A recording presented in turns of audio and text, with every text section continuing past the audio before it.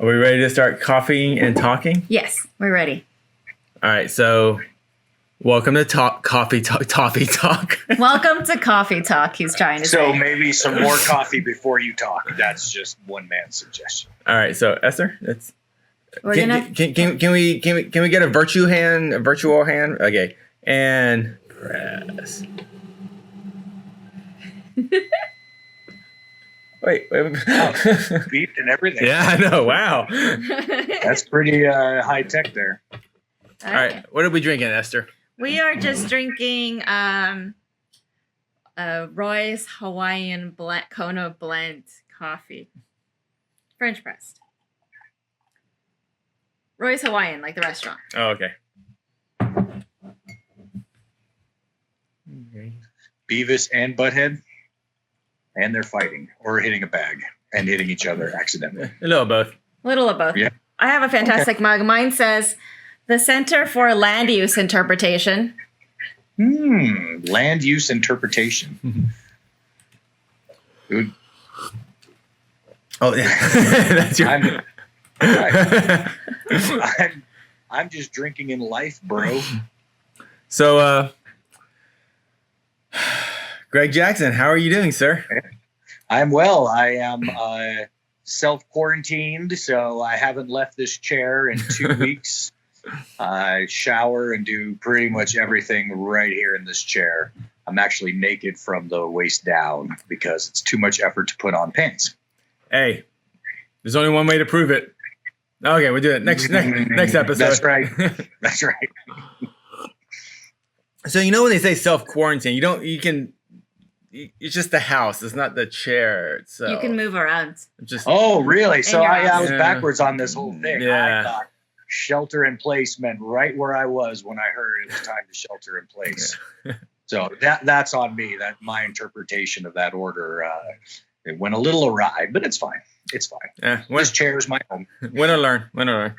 Win or learn. If that's the case, that means that a couple of your fighters are just randomly like sitting in the cage or at the gym, like still on the mats after all this time. Could be. Could very well be. But you know what? There's worse places to be. That's for sure. So I guess what's going on in Albuquerque? How's the what's the state right now? Are you guys what do you call it, shelter in place right now, or are all businesses shut down, or the governor has shut down all non-essential businesses, and of course we as a gym are non-essential, so we're shut down. And everything is pretty much, all the restaurants are shut down. You can do carry out, but there's no dining in. Most places are pretty well shut down. I think places like Home Depot and Lowe's are still open. Obviously, anything that is deemed essential is still open, but the rest of us are just kind of sheltering in place and waiting for the coronavirus to flatten the curve, burn out, go away, never come back. And how long has this been going on for now for you guys?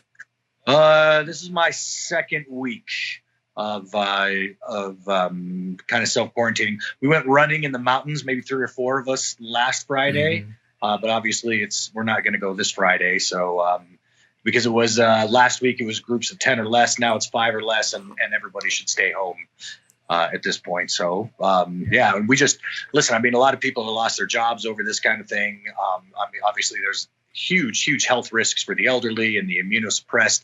So the more we stay at home and the quicker we get rid of this, then all those people can find their jobs again. Nothing's going to happen to a lot of old people or a lot of people with kind of immunodeficiencies. So I mean, everybody needs to shelter in place, and all I can control is me. So me and my son are sheltering in place. How is it? What's the situation right now in the dorms right now? Are people staying there? Did they go home, or? Some people went home. Some people are just staying there, and basically no one's coming in or out, or they shouldn't be. I haven't been there in a week and a half or so, or 2 weeks. But ideally they should just be staying in there. It should be a closed environment, nobody coming in or out, and just waiting it out. Now, was this like a hard reality for a lot of these up and coming fighters, or just the high level pro fighters to really come to terms with Because I saw a lot at the beginning. A lot were like, "I'm a fighter. I can tough this out." Right. Well, I think that is it. Right. Like, so as individuals, we're all kind of self-centered a little bit. We don't think about complicated situations like overwhelming hospitals or, things that can actually really happen. If honestly, my fighters are very healthy. They're probably not going to be the ones that go down, but that doesn't mean that they can't cause other strife. They can't cause people to lose their jobs. They can't cause again, to rehash other people's misery. So while you yourself can withstand it, that's not really the point. And so, yeah, I think that was a hard reality to come to, is that, and everybody really, I mean, just it's one of those rare times where we really have to pull together as a society and everybody play by the same rules. Otherwise, you're just extending it. Like you can do whatever you want, but that means more of your friends are going to lose jobs. It's going to be longer before they get their jobs back, and you're putting more people at risk. So just coming to that realization that there's something outside of yourself, I think, certainly is hard for normal. And fighters have to be, by their nature, self-centered, right? I mean, their journey is about them. They're not. It's not, feeding the homeless or anything like that. It's about their self-improvement. So getting outside of that world, I think mentally healthy for them, but certainly difficult, especially also because of the loss of income. They canceled all the upcoming fights, so they don't have any money coming in. And some of those guys are living, and gals are living check to check. So it's rough for them. So Bellator has canceled some cards already, as far as not counting regional cards, but just on the national level. Like Bellator has canceled cards. The UFC has already canceled 3 cards. Did you have any fighters on those cards that you were coaching? Yeah, we had Michelle and Dontel were fighting on that UFC in April, and then I forget who was in Bellator. Maybe not in Bellator because Pico Pachi. No, I think it was just that UFC. Yeah. Okay, so what are they doing in the meantime? How are they going? I guess what are they doing for income in the meantime? Well, I don't think either of them are doing much. You have to ask Peanut. I don't think Dontel is doing much. I think, like I said, everyone's just sheltering in place. Michelle has a nice gym at her house, so I'm sure she's working out there. And Dontel lives in the dorm, so I'm sure he's going downstairs and hitting bags and stuff. So it's at least they can work out. But yeah, outside of that, they're not doing much. Oh, are there still cleaning staff attending to the gym? That's a good question. I think there is. I hope so. Socorro's our cleaning lady, and I believe that she is still working. I'll have to verify that with Wink. Now, the UFC still has UFC 249, and they still say everything after 249 is still going on, which is, you can say things, but who knows if it's actually true. But you don't have any actual? So you're like not coaching any fighters right now for any upcoming fights? No, nothing. It's I'm literally at my house the entire time. I haven't left outside of going to run an errand or pick up food. Outside of that, I haven't left the house at all. Again, I just want. We all have friends that have lost jobs. We have people that are immunocompromised and elderly, and so yeah, I want it to be done. I want those people to get their lives back on track. And so I am staying home and doing yard work and reading books and playing video games. All right. So let's talk about what we're doing in this quarantine. What books are you reading right now? Well, once a year I read The Lord of the Rings. So I'm knee deep in that one. And then I'm also, I read 2 books at one time just because of my ADD, I guess. But I'm still reading from Bacteria to Bach and Back Again by Dennett, which is an amazing book. What is that? Tell me more. Well, it's kind of it's a very complicated book, obviously, but it's about evolution. It's about the ability or how life has evolved from a single-celled bacteria to something that can create such beautiful music as Bach. And so Dennett, I became a fan of off of another Bach reference, Gödel Escher Bach. He worked a lot with Hofstadter, who's one of the most influential books I've ever read, Gödel Escher Bach. So knowing that those guys were kind of team, I've been following him for a while and reading his books. But I have to read. I'm not very smart, so I have to read it very slowly.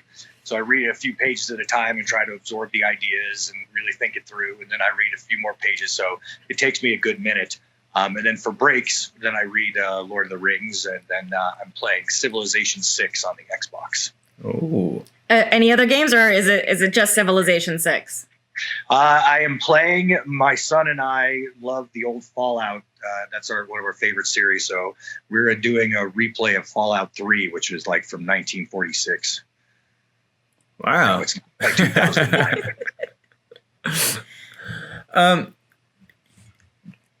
Tell me about Lord of the Rings. Why is that such an amazing book? So Lord of the Rings was one of the first books read to me when I was a kid. Both of my parents really enjoyed it. And for me, it is, so Tolkien was so ahead of his time in so many ways, right? So if you're really into Joseph Campbell's kind of the hero's journey, all that stuff, wherein you have these archetypes, these personality types, and how they deal with kind of the world around them. There's just so much for me, for a guy like me. It's a book that caters to my filter real well. So there's so much wisdom packed in there, so many life lessons and stuff that every time I read it once a year, and every time there's a little something new, something that I guess, oh, that's a little interesting. That there's something I didn't see before, but the different personalities and the way he weaves them around a life story was very Campbell. In other words, there's the Gandalf character, there's the hero, there's the all these different archetypes represented in there, because he borrowed so much from Beowulf and from all these other kind of the Poetic Edda, all these things, made this beautiful amalgamation of it, and then just chock full of life wisdom. I mean, he saw the worst of war, he saw the worst and best of people. So you have this. It's a very wise book, and if you study the characters and the way they interact with things, it inspires you. Because it's really right. And I know Tolkien says he hated allegory and symbolism, but obviously it's chock full of that, from like the low-hanging fruit, like Gandalf dying and coming back as the kind of the born-again Jesus metaphor, all the way to very, very deep, things. He hated the Industrial Revolution and things like that. And I think that's, especially now, that's important stuff to keep in mind. But there's just lines, sometimes there's just perspectives there that you're like, wow. And that's a really smart way to think about things. And so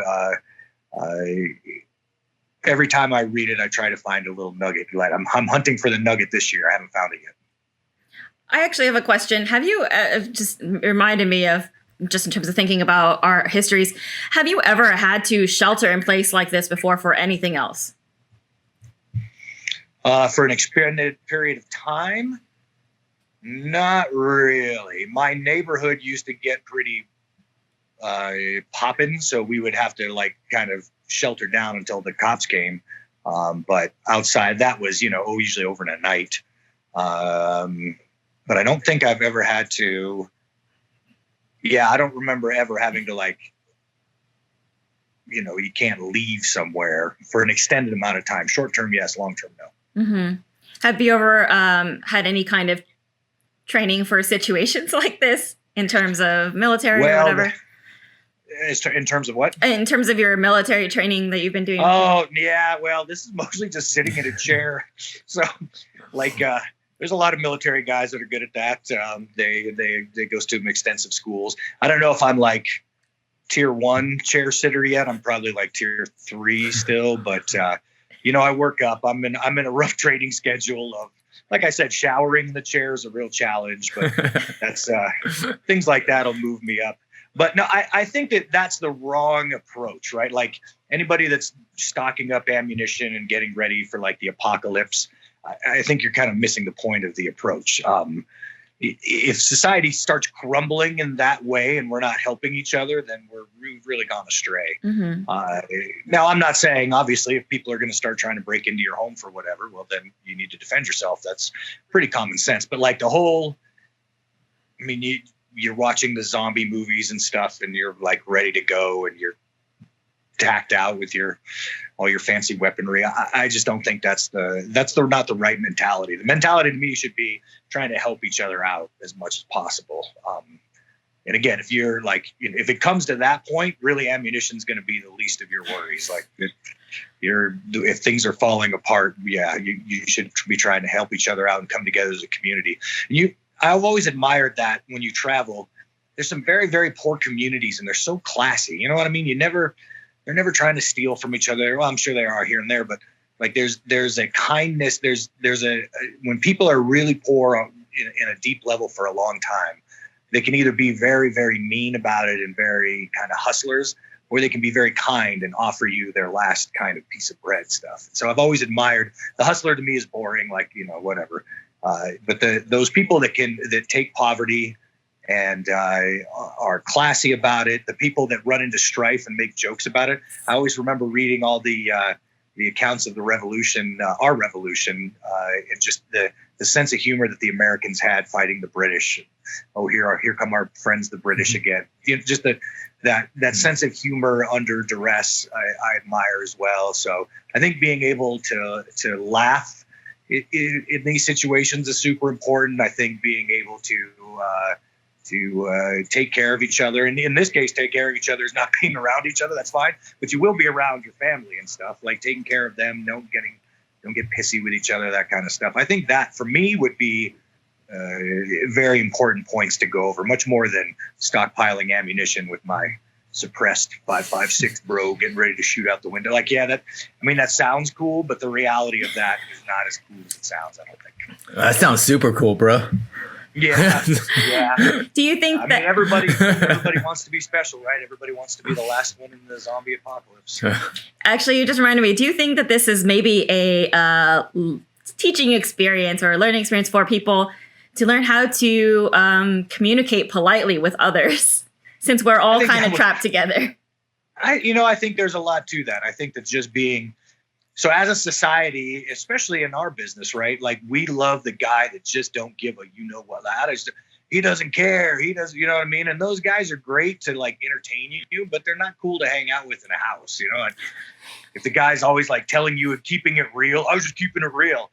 Yeah, we're on top of each other. Don't keep it real. Like, let's pretend we get along and everybody will have a nice, smoother time. Unless you're so bored you need drama, then knock yourself out, I guess. But like, there's something to being a team player. There really is. There's something to being part of a society. There's something to like being angry and upset and not just blasting the other person, but communicating, like you said, politely. Like, hey, can you please stop that? Oh, I didn't know I didn't know that was bothering you. I'll knock it off, instead of keeping it real, so to speak. So I think as long as you're healthy, like bottling it up obviously isn't the answer, because then you'll end up keeping it real in a week or so. But I think that just being civil to each other, being helpful, I think that's the thing. And this we're very lucky that this pandemic, in some senses, has such a low mortality rate, right? Like, imagine a 30% mortality rate or something absolutely crazy like that. Like, people will be losing their minds. So I think it's a real good kind of a run wherein the danger is real, but we're learning how to do if there another pandemic comes that could be even worse, we're learning how to do that. And I think it's nice to take away some positives in all this negativity, including people have died, people have lost their jobs. So there's got to be some kind of positive there. And I think that's one of the things is, being civil with each other. I think hopefully it will be a big plus. How has it been, from your point of view? Because I know you're a big, you admire, you look up to kind of famous leaders throughout time. Abraham Lincoln, Genghis Khan. How important do you think leadership is at a time like this, when we're kind of all told to be apart from each other? Right. Well, I think here's the great thing about the digital age, though. We're really not. We're apart physically, but we're not. Like, I'm talking to you guys right now. Like, it is a time. I think it would be a lot harder, 200 years ago to do this, because, you crave physicality, you know what I mean? Especially in those big cities and out in the boonies, whatever. But if you're in London or New York or something, I think it would be very, very tough. I think it's easier now. Running water is a big deal, like all that great stuff. But I think that leadership is super important, because you set the tone, right? Like, the leader sets the tone of what's expected of that culture. So hopefully with good leadership, with people, even just locally saying, hey, calm down, stay cool. We're going to shelter in place for a while. We're going to, stay here till it burns out. Here's the plan. Here's a date. That date could change, but here's our target date. Hopefully that'll flatten out the curve, so to speak, and begin the descent of the COVID. But I think that leadership is super important, because if your leader gets on and goes, we're all going down. It's the end times. Then everybody will be like, oh, well, we're all going down and it's the end times. So I think that tone is very, very important. I'm sorry, I'm going to go back to your fighters for a second. I was just wondering, what could you be telling them to do at a time like this? What should they be doing?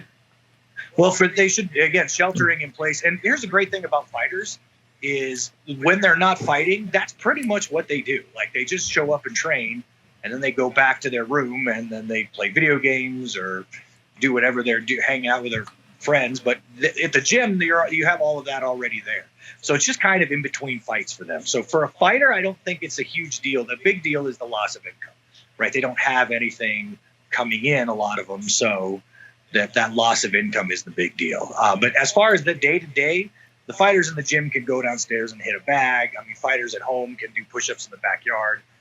You can run around, whatever. You do burpees. So there's things that you can do. I think fighters, the mentality of fighters, also dealing with duress, short term, right? Like, for 6 weeks they've got to only eat this stuff. It kind of makes you mentally tough. So I actually have the most confidence in fighters. The mentally unstable ones are going to be mentally unstable no matter what they do. So, but I think that being a fighter means dealing with situations where you're in duress, you're under stress, and so I think they're actually going to be the best at it. Sorry, it's interesting. I mean, I don't know if, I'm sure you don't, but you don't follow John Jones's social media. But as soon as this started happening and really people started kind of understanding what it was, I know a lot of fighters were like, whatever, I can still fight this. But John was actually one of the first fighters, well-known fighters, to go, hey guys, let's take this seriously. Take care of your families. Be at home. And I was like, whoa, like, it was very good. John Jones, I was just. No, that's great. Well, and John and I talk, so he's a great guy, and just staying calm and making the right decisions, I think, is super, super important. And just, you can let emotion override logic. Like, I got to get out, I got to go do it, and I'm going to go out and I don't care what anybody says, and this kind of stuff. And staying calm through that is important. And if you think about it, it really isn't that hard. Like, you think about like our ancestors in World War II or the Great Depression, you know what I mean? Like, where the public, not just soldiers, but the public has actually had to deal with stuff. Like, it's compared to what they're like rationing stuff out. Like, the Germans or the Japanese are not going to show up at our shores trying to take us over at any point. Like, we're not eating dog to survive, like in the Depression or anything. So we're all right. It'll be okay. Some of us are losing jobs. Some of us don't have a lot of income coming in right now. But I think that, like, the old saying, keep calm and carry on. Some British guy said that. Is there something else that I just wanted to know if there's something that's not physical that fighters could be doing besides playing video games? Is this a good time to read for them to start reading? Well, some fighters do read. Actually, some are really intellectual. They surprise me sometimes. I'm like, oh, wow, I didn't know you read that. There's some fighters that are really, really intellectual and like to read like success books, like Here's the Secret to Success. So a lot of them really do read. I think that there might be a stereotype, obviously, that you and I know that isn't true, but that they're just knuckle draggers.